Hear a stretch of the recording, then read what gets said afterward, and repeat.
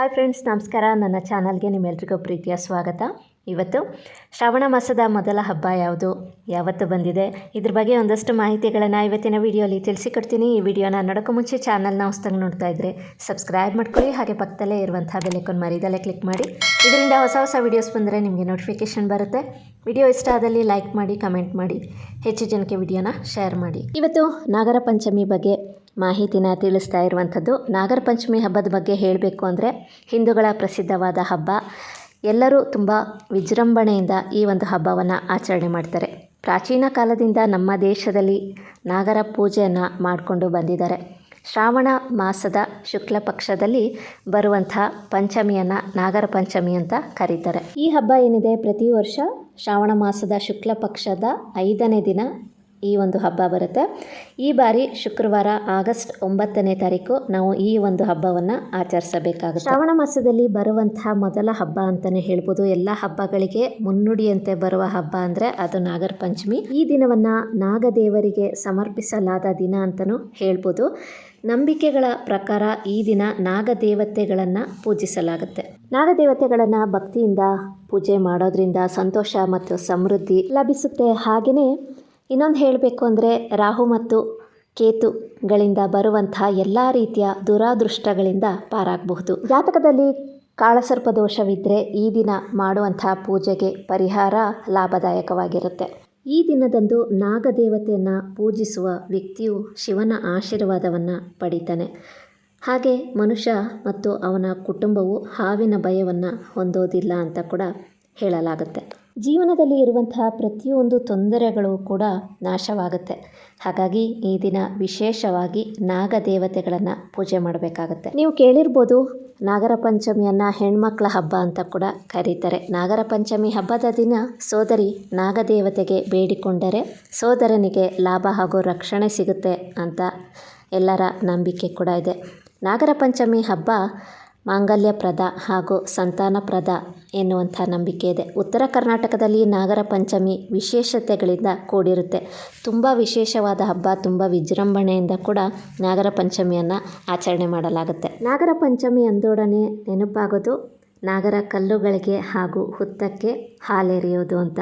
ಕ್ಷೀರಾಭಿಷೇಕವನ್ನು ಯಾಕೆ ಮಾಡ್ತಾರೆ ಅಂತ ನೋಡೋದಾದರೆ ಸರ್ಪಭಯ ಮತ್ತು ವಿಷದಿಂದ ತೊಂದರೆಯಾಗದೇ ಇರಲಿ ಅಂತ ಹಲವು ಕಡೆ ನಾಗರ ಕಲ್ಲಿಗೆ ಕ್ಷೀರಾಭಿಷೇಕವನ್ನು ಮಾಡುವ ಪದ್ಧತಿ ಇದೆ. ಪ್ರತಿಯೊಬ್ಬರು ಕೂಡ ತಮ್ಮ ಜೀವನದಲ್ಲಿ ಇರುವಂತಹ ಕಷ್ಟಗಳೆಲ್ಲ ಪರಿಹಾರ ಆಗಬೇಕು, ಮನೆಗೆ ಒಳ್ಳೆಯದಾಗಬೇಕು, ನಮ್ಮ ಇಷ್ಟಾರ್ಥಗಳೆಲ್ಲ ನೆರವೇರಬೇಕು ಅಂತ ಭಕ್ತಿಯಿಂದ ಪ್ರತಿಯೊಂದು ಹಬ್ಬವನ್ನು ಆಚರಣೆ ಮಾಡ್ತಾರೆ. ಭಕ್ತಿಯಿಂದ ಪೂಜೆಯನ್ನು ಕೂಡ ಮಾಡ್ತಾರೆ. ಶ್ರಾವಣ ಮಾಸದ ಮೊದಲ ಹಬ್ಬವಾದಂತಹ ನಾಗರ ಪಂಚಮಿಯಂದು ಮಾಡಲೇಬೇಕಾದಂಥ ಒಂದು ಅನುಸರಣೆ ಅಂತ ಅಂದರೆ ಈ ಒಂದು ಹಬ್ಬದಲ್ಲಿ ವಾತಾವರಣ ಸ್ಥಿರವಾಗಿರುತ್ತೆ. ಸಾತ್ವಿಕತೆಯನ್ನು ಗ್ರಹಿಸಲು ಈ ಕಾಲ ಅತ್ಯಂತ ಶುಭ ಹಾಗೂ ಬಹಳ ಉಪಯುಕ್ತವಾಗಿದೆ ಅಂತ ಹೇಳ್ಬೋದು. ನಾಗರ ಪಂಚಮಿಯನ್ನು ತುಂಬ ಭಕ್ತಿಯಿಂದ ಮಡಿಯಿಂದ ಆಚರಣೆ ಮಾಡಲೇಬೇಕು. ಯಾಕೆಂದರೆ ನಾಗದೇವತೆಗಳಿಗೆ ತುಂಬ ಮಡಿಯಿಂದ ಪೂಜೆ ಮಾಡಿದ್ರೆ ಒಳ್ಳೆಯದು. ನಾಗರ ಪಂಚಮಿಯನ್ನು ಅವರವರ ಮನೆಯ ಪದ್ಧತಿಯ ಪ್ರಕಾರ ಪೂಜೆಯನ್ನು ಮಾಡೋದು ಉಂಟು. ಅದರಲ್ಲೂ ಸಾಮಾನ್ಯವಾಗಿ ಪ್ರತಿಯೊಬ್ಬರು ಕೂಡ ನಾಗರ ಬನಕ್ಕೆ ಹೋಗಿ ಹುತ್ತಕ್ಕೆ ಅಥವಾ ನಾಗರ ಕಲ್ಲಿಗೆ ಹಾಲೆರೆಯೋದು ಕೂಡ ಒಂದು ಪದ್ಧತಿ. ಸ್ನೇಹಿತರೆ, ನಾಗರ ಪಂಚಮಿಯ ದಿನದಂದು ಒಂದು ಅನುಸರಣೆಯನ್ನು ತಪ್ಪದೇ ಮಾಡಿ. ಇದರಿಂದ ನಿಮ್ಮ ಮನೆಗೆ ಎಂದಿಗೂ ಕಷ್ಟ ಬರೋದೇ ಇಲ್ಲ. ಅದು ಏನು ಅಂತ ಅಂದರೆ ಹಬ್ಬದ ದಿನ ನೀವು ದೇವಸ್ಥಾನಕ್ಕೆ ಹೋಗಿ ನಾಗಬನದ ಹತ್ತಿರ ನೀವು ಪೂಜೆ ಮಾಡಿಕೊಂಡು ಬರ್ತೀರ ಅಲ್ವಾ. ಅಲ್ಲಿ ಪೂಜೆ ಮಾಡ್ಕೊಂಡು ಬಂದ ಮೇಲೆ ಮನೆಯ ಮುಖ್ಯ ದ್ವಾರದ ಬಳಿ ಒಂದು ಅನುಸರಣೆಯನ್ನು ನೀವು ಮಾಡಬೇಕಾಗುತ್ತೆ. ಅದೇನು ಅಂತ ನಾನು ಇವಾಗ ನಿಮಗೆ ತಿಳಿಸ್ತೀನಿ. ಪ್ರತಿಯೊಬ್ಬರು ಕೂಡ ಇದನ್ನು ಮಾಡಲೇಬೇಕು. ನಾವು ಕೂಡ ಇದನ್ನು ಅನುಸರಣೆ ಮಾಡ್ತೀವಿ. ಅದನ್ನು ನಾನು ಇವತ್ತು ನಿಮ್ಮ ಜೊತೆ ಶೇರ್ ಮಾಡ್ಕೊಳ್ತಾ ಇದ್ದೀನಿ. ದೇವಸ್ಥಾನಕ್ಕೆ ಹೋಗಿ ನೀವು ಪೂಜೆ ಮಾಡಿಕೊಂಡು ಬಂದ ನಂತರ ಮುಖ್ಯ ದ್ವಾರದ ಬಳಿ ನೀವು ನಾಗರ ಚಿತ್ರಗಳನ್ನು ಬರಿಬೇಕಾಗತ್ತೆ. ಅಂದರೆ ನಿಮ್ಮ ಮನೆಯ ಮುಖ್ಯ ದ್ವಾರ ಇರುತ್ತಲ್ಲ ಅಲ್ಲಿ, ಅಂದರೆ ಬಾಗಿಲು ಇರುತ್ತಲ್ಲ, ಬಾಗಿಲ ಅಕ್ಕಪಕ್ಕದಲ್ಲಿ ನೀವು ನಾಗರ ಚಿತ್ರಗಳನ್ನು ಬರೆದು ನೇಮ ನಿಷ್ಠೆಯಿಂದ ಪೂಜೆ ಮಾಡಬೇಕಾಗತ್ತೆ. ಗಂಧದಲ್ಲಿ ಫಸ್ಟ್ ಬರೆದು ಅದಕ್ಕೆ ಅರಿಶಿನ ಕುಂಕುಮವನ್ನು ಹಚ್ಚಿ ಗೆಜ್ಜೆ ವಸ್ತ್ರವನ್ನು ಹಾಕಿ ನೀವು ಪೂಜೆ ಮಾಡಬೇಕು. ಇದರಿಂದ ನೀವು ತುಂಬಾ ಶುಭ ಫಲಗಳನ್ನು ಪಡಿತೀರಾ ಅಂತಲೇ ಹೇಳ್ತೀನಿ. ಯಾಕೆಂದರೆ ನಿಮ್ಮ ಮನೆಗೆ ತೊಂದರೆಗಳೇ ಬರೋದಿಲ್ಲ. ಏನಾದರೂ ಸಮಸ್ಯೆಗಳು ಇದ್ದರೂ ಕೂಡ ನಿವಾರಣೆ ಆಗುತ್ತೆ. ಹಾಗಾಗಿ ನೀವು ನಾಗರ ಪಂಚಮಿಯಂದು ಈ ಒಂದು ಸರಳವಾದ ಅನುಸರಣೆಯನ್ನು ಮಾಡಲೇಬೇಕು.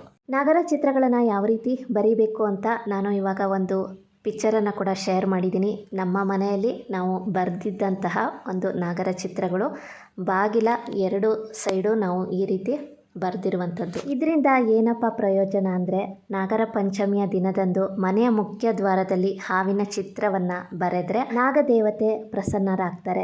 ಆ ಮನೆಯ ಸದಸ್ಯರ ಎಲ್ಲ ದುಃಖಗಳನ್ನು ಅವರು ಪರಿಹಾರ ಮಾಡ್ತಾರೆ.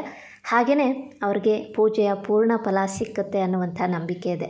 ಸರ್ಪಗಳಿಂದ ಯಾವುದೇ ರೀತಿಯ ತೊಂದರೆ ಅವ್ರಿಗೆ ಬರೋದಿಲ್ಲ ಅನ್ನುವಂಥದ್ದು.